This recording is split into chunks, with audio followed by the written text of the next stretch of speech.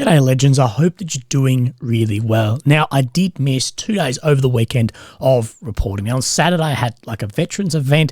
Now, I didn't know a couple of the guys were actually coming down. I hadn't seen them in a couple of years, and it was so great to catch up with them. I was meant to just be the morning, but then it went all day and a few too many beers. And then yesterday, I just had a full day of admin, just shit that I'd absolutely been putting off. Now, I don't know about you guys, maybe just better with like your time management, but working full time, I just find zero time to actually go to the bank, like the transport office, or just do like little admin stuff. It just seems to pile up. So needed to take a day off and just get that done. I digress. We'll talk about Ukraine. We'll do some map updates, have a look over that. And there has been some very interesting developments that have happened. So we'll talk over that. And then, of course, we'll have a look over the maps as we have seen some things start moving, both for Russia and Ukraine. Now, one of the big talking points that I've been speculated across the last few days is when the end of this war will be. Now, first I want to say that no one has a crystal ball, but both sides have been convinced of the imminent collapse of the opposing government. But so far, this imminency has lasted 357 days.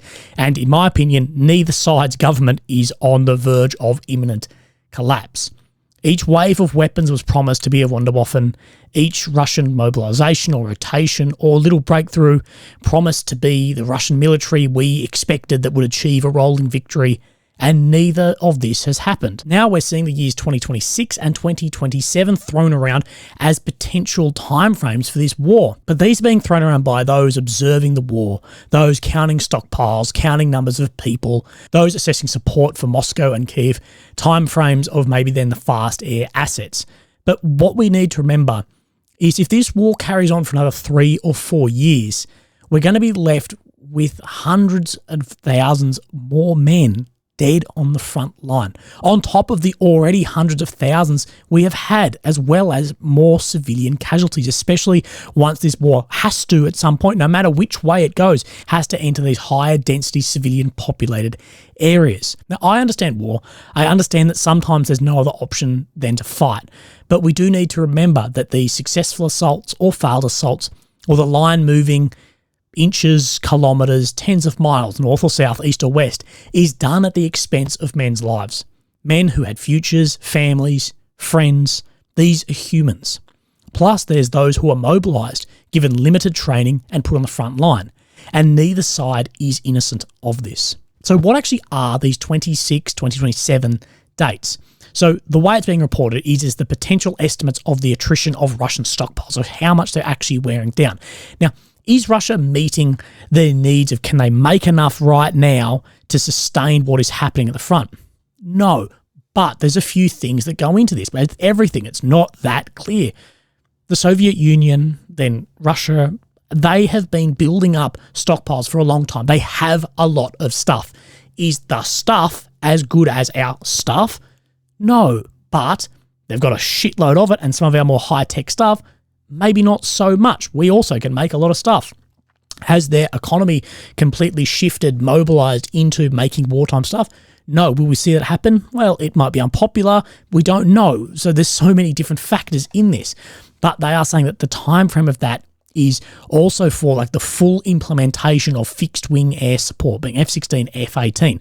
So we will see a few planes or tens of planes before that, but the full implementation, all the ground crew, airfields built to whatever standard they need for that, to working like full operationally, could be that long. And we've talked about this with the other helicopters meeting those minimum standards for deployment as well.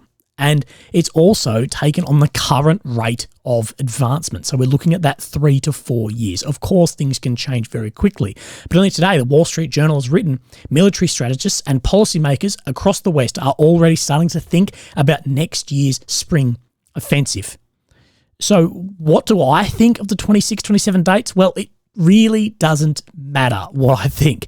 But I think by extending the war, we're going to see far more loss. Now, people said that I was crazy when I said we'd see 1 million men dead by the end of this war. Now, with no end in sight and potentially years to come, I won't be surprised, and I hope that I'm wrong. But we saw this quickly turn to a war of attrition.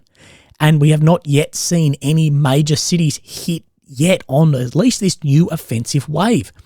If Russia took 6 months or more to take Bakhmut. Ukraine has taken weeks in the direction of Urzani. How's it going to look when, they enter places like Donetsk, Sevastopol, Mariupol, Luhansk? It's going to be incredibly slow going, unbelievably bloody and long, and this will further draw out the war. Now, I'm not suggesting what we do about that. I'm not a policymaker. I'm not in the government, but I'm saying that this is the fact of reality of an extended war. But like I said in the beginning, no one has a crystal ball. So whether they'll be fighting in a week or 4 years, no one can tell you. And anyone who says they can tell you is full of shit. There are no guarantees in life, especially not in a war that is fluid day to day. But I have no doubt the West can continue to supply Ukraine almost indefinitely. It's not about can we send stuff. It's more about whether the public support lasts as inflation grows and people are a bit more short on money or maybe more questioning where their money is going. Now, I know that argument may not hold to much scrutiny, but at the end of the day, does everyone scrutinise every dollar they spend out and in?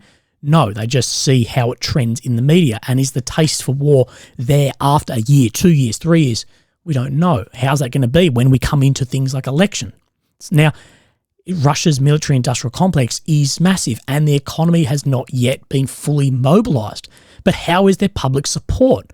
They have huge losses. The ruble is absolutely fallen out the arse, and it was going to become more and more obvious in centres like Moscow and St. Petersburg of not only financially, as further mobilisations and casualties pile up, it'll become more and more obvious the true cost of this war. And will public support see a big shift from there? So we don't really know, but I do hate to think of the continued human cost. And no matter what side you're on, these are humans. So we're going to look over a few things just before we then get into then the maps. So a few interesting things was Major Tomov, a Russian major, has been captured by the Ukrainian forces. So before we go too deep into the maps, we've got this video here where he is pointing out, as reported by pro-Ukrainian sources, he's pointing out where Russian defences and positions are on this map. Now, where exactly is this? If you do a rotation, it's about this area here.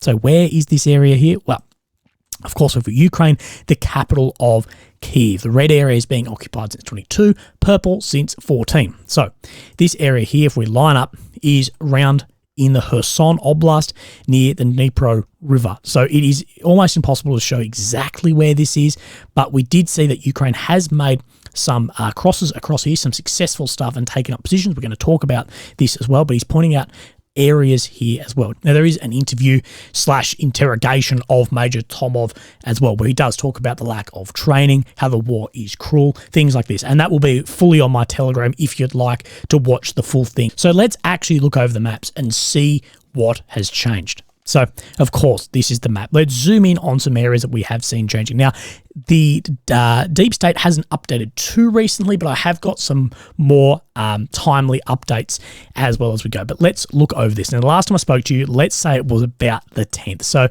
near Orikhiv, we do see that Russia has had advance around near Robotyne here as well. But up from the 12th to the 13th, no real change. Let's have a look at this same area over a couple of different maps. The two maps I've got of this area, and they're not perfect at all, is going to be the War Mapper and then Rybar Russian sources. And these are both from the 13th, this one being at 1500 and this one being at 000. So let's have a look here. So we do see Robotyne. We have a zoom in here, and it is showing that there is two areas that have been a push in on Robotyne. Now, this doesn't show, I was in the wrong area, as in depth as it, but it does show where Robotyne is, and you can sort of see this dip and this second dip here. So it is showing, and of course this sort of more brighter yellow from the yellow here, maybe I'm colorblind, that is where the advancement has been not over the last few days, but from the beginning then of this counter-offensive, this of course being in green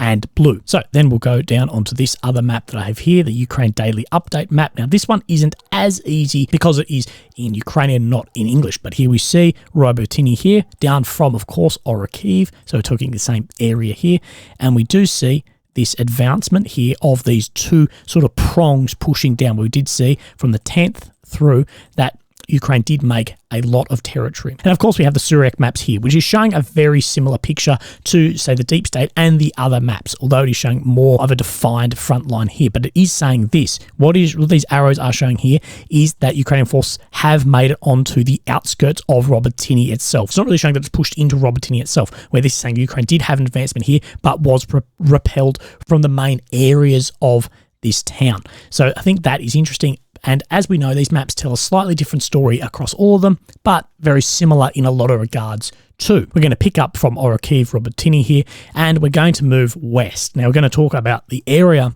where that Major Tomov was talking. So in and around the Kherson Oblast here. Now, where we did see and talk about last time was this Kazachi Liri here, downstream from the Novokokhovka Dam. So of course this is a lot drier than it usually then is. So let's move across here on this map and see what changes have been made. So let's step back just a couple of days, and we do see that it has gone through to blue and then through, so this was under Ukrainian control, and then has stepped through to then contested area.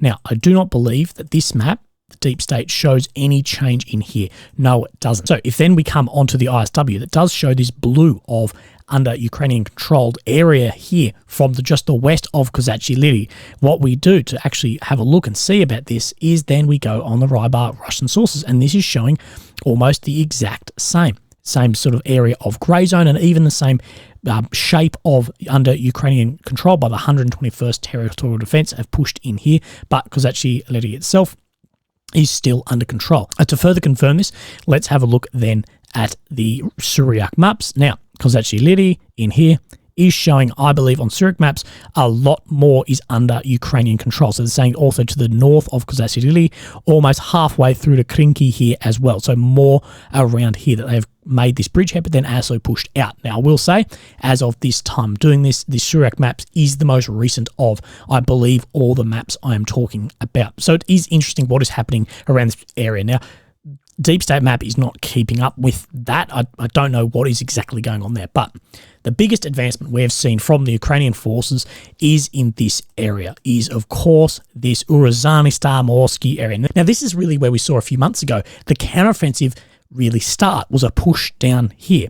So what we have seen, so today is the 14th, but this is the 13th, we have seen a major push near Novodonetsky as well, so a push up to the outskirts there, but then this major push down through Uruzhany. Now, let's have a look on the satellite just to show the city town limits of Uruzhany here. So we do know that there was a big push there. Now, I can't show the footage here, but Russia did take very large casualties from cluster munitions here of troops retreating from Uruzhany. But of course, I can't show you that video, but this is photo. You can see where the clusters have kicked up the dirt from here. Now, that was then geolocated to here, and they were basically walking out on the road, retreating back to another position, and were struck here, so outside of Uruzhany. And Uruzhany at the moment, although the outskirts may be contested, itself, to my reading, is under Ukrainian control. So, Rybar Russian sources confirms this as well, that they had to move out of Uruzhany, and now the grey zone sits outside of Stamorsky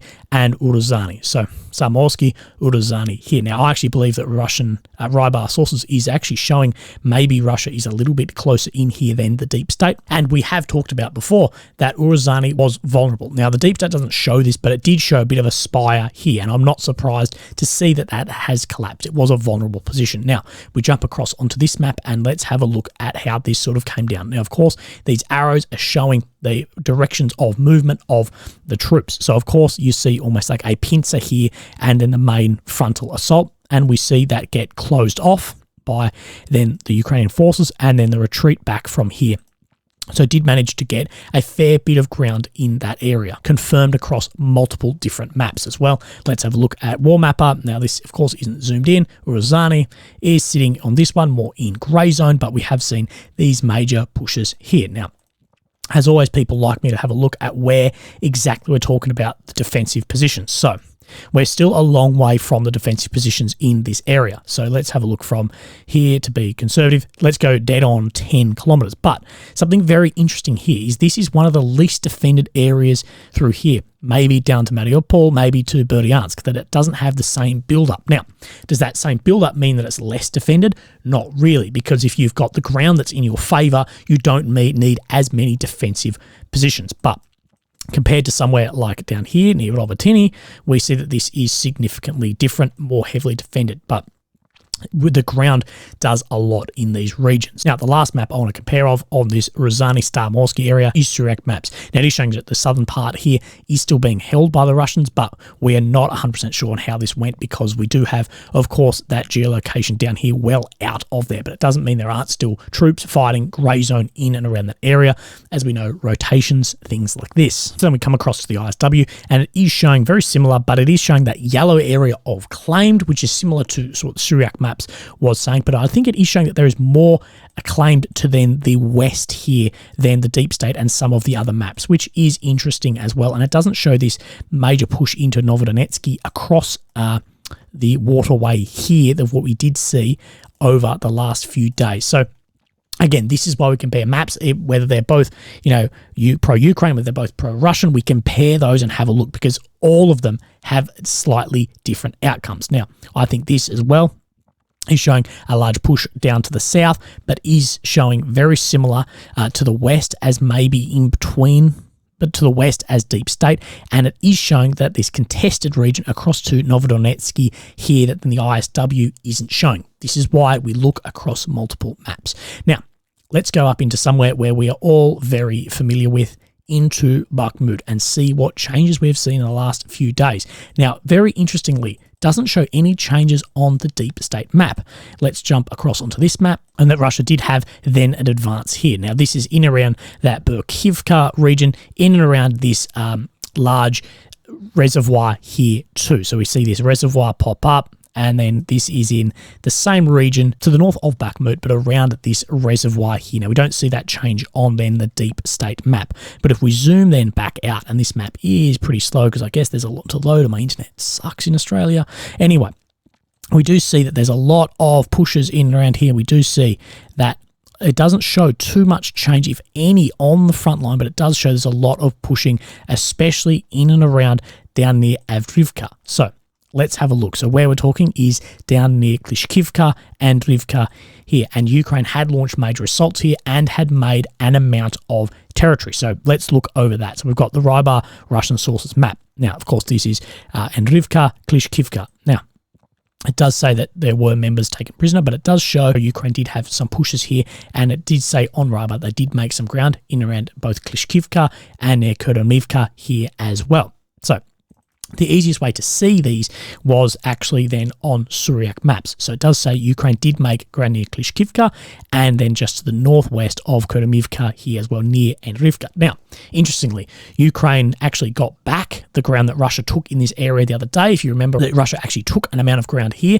not only did Ukraine take back that ground they took, they actually then took a little bit more here as well. And that's how this front line can just be incredibly fluid. But that's not it for this same area. So then Russia did actually take back some ground since these two maps, both Surak, but this one is later released. Russia took back some ground here and some assaults on the trenches. Now, I can't show that video at all. This is just a screenshot from it. We have two BMP-3s and a T-90 here, and assaulting then a Ukrainian trench system here. Now, this is something very interesting. Now, this was a Russian armoured assault on the ground, and it does show more Western-style mechanised tactics. And of course, this video will be on my Telegram, but it does show more mechanised tactics than I've actually previously seen. And it actually does show a level of mutual support. So the vehicles are working in conjunction with each other and working as well with artillery. Now, this is a T-90 and two BMP-3, so modern vehicles in Russia's arsenal. As they're going in, they're under the cover of artillery. They then offload their stormtroopers into the trench line. Now, I'm mechanized infantry. Now, of course, I've never done this bloody live, luckily, because fuck that. But interesting, they actually drop these guys right on top or even past the trench line. So as they're getting out of the vehicles, they're straight into the trenches. Now, you want that. You don't want to get dropped off early or late because you want to be beneath the ground as soon as possible from shrapnel, artillery, just wild shit. You don't want to be an open, ground soldier out there from this. So they basically dumped right on these, straight into these adversary trench line from there. Now, I don't know exactly how this then went following that for the ground forces, because then we see these BMP-3s and the T-90 move out via smoke screen from the video. So I don't actually know how that went from there, but it was very interesting. Now, we do know Russia had made some significant ground in then the northeast. So let's zoom back out, and this is the area we are talking about. So we do know that Russia did make some ground up here. This is the ISW map. We then go on to then the deep state. We know this wasn't shown for a while. So let's step back to the 10th when I last spoke to you.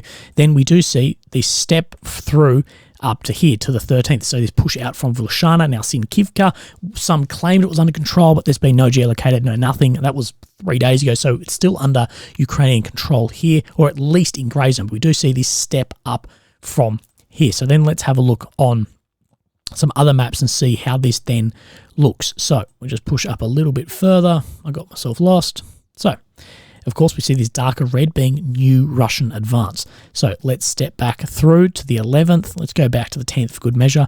And we do see that Russia did make a chunk of ground there. Now, I don't have a Surek map or another map to show this over the last few days, because they showed that a few days before that as well. Now, these red dots, of course, these are then the built-up defensive works. Now, we've talked about why Russia, focusing here and Ukraine focusing down other areas, because what we think is they're trying to pull troops away from other areas. So if Russia launch offensives in the northeast, that Ukraine may have to pull some reserves from their southwestern offensive action and move them up northeast. So that is what then we are reading into this, but I don't have anything to show that. We may see that over the next couple of days. Now, a video going absolutely viral today is a Russian Ka-29 being a helicopter. Now, if you want to know about these Ka-29s, my favorite documentary ever made was called Operation Odessa, and it was about when the Soviet Union broke up and a lot of this stuff became for sale. It's on Netflix if you want to watch it.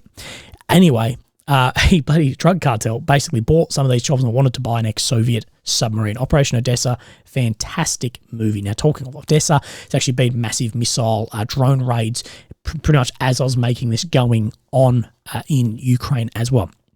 So this is the Sukro Okan ship. This is a Turkish ship crossing through the Black Sea, and Russian forces landed on this ship, have conducted a search on this ship.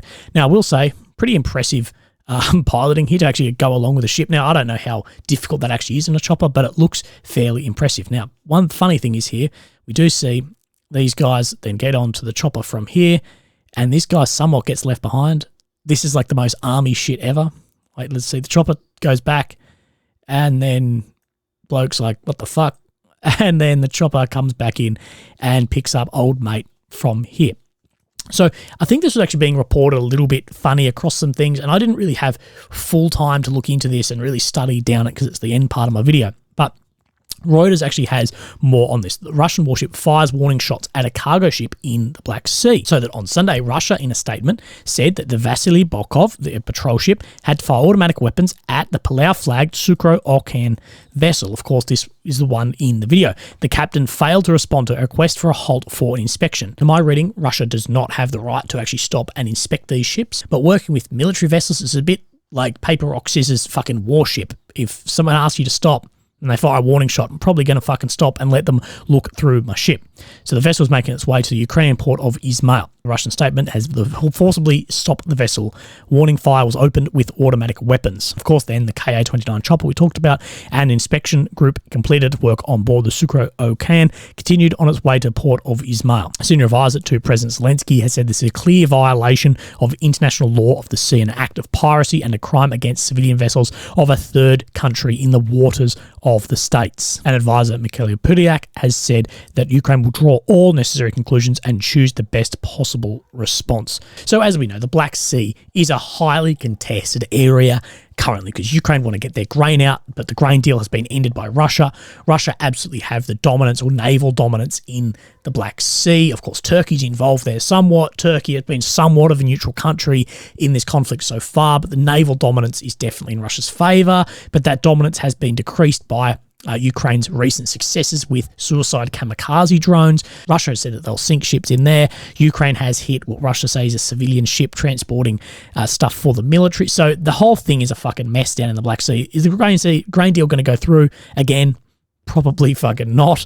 So it's going to get rough in there. And hopefully what we don't see is opening fire on completely civilian vessels. And of course, the Black Sea borders more than just Russia, Turkey, and Ukraine. It also borders Romania and Bulgaria. Now, I would say, and this is complete speculation, tinfoil hat shit, but any ship entering the Black Sea is probably going to be paying more for things like now insurance. Now, that causes a big problem at the end product, that it gets added on here, the end product gets more expensive, and we know there are international problems with food and inflation currently. But legends, that is it. I do apologize for missing a couple of days, but my voice feels better, I feel better.